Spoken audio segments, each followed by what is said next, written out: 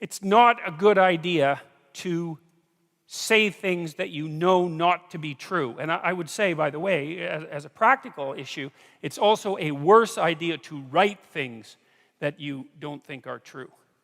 Because, you know, your mind is organized at the highest level of abstraction in language.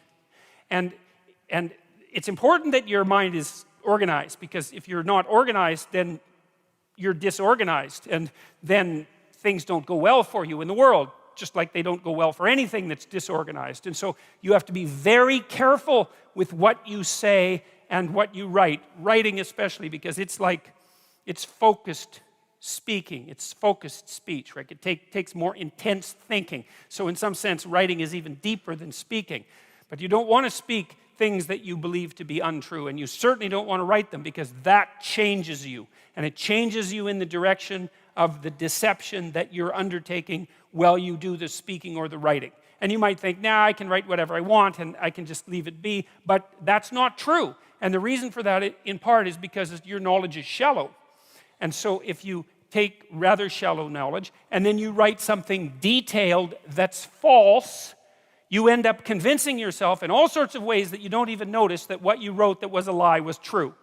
And then you're stuck with that. And it's not stuck with it psychologically exactly, although it's also that. It's stuck with it neurologically, because when you learn things and you make new connections, you change the structure of your brain, and then that's that. I mean, you know, it's plastic to some degree, but you're messing around with your psychophysiology, and that's a bad idea. And you know it's a bad idea because you kind of know, like everybody knows, that if you want to get through the world, if you want to get from point A to point B, if you want to get to wherever you're going, it'd be good to have a map.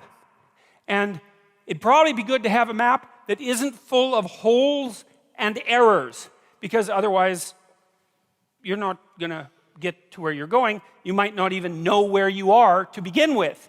And that seems like a bad plan if you're going to undertake a journey, and you are going to undertake a journey because your life is a journey. So pathologize your speech, then you pathologize the systems that guide you, and then if you pathologize it by introducing material that you know to be untrue, then you distort and warp and pathologize the very structure, the very feeling that you need to place yourself firmly in the world. And then you can't rely on yourself. So in Genesis, the personality is logos, and it's something like truthful courage and communicative ability, all amalgamated. It's something like that. So, and it's a lesson. It's like, okay, there's the potential. What are you supposed to do with it? Well, there you are, ready to confront it. How do you confront it? With truth and courage. And then you transform it into what exists. You take the potential and you transform it into being itself. That's your job. In Genesis, when God does this repeatedly, he says something repeatedly. He says, after each day of doing this, and it was good. I mean, and it's repeated, so it's like it means something. It's repeated. And what does it mean?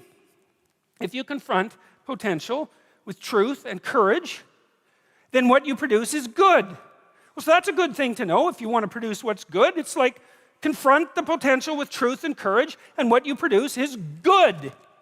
Great. So that's a nice thing to know. It's a fundamental ethical axiom, and it's sort of predicated on faith. It's not easy to be courageous, and it's not easy to tell the truth. But the theory is if you manage both of those in the face of potential, then what you do is you produce out of potential what is good.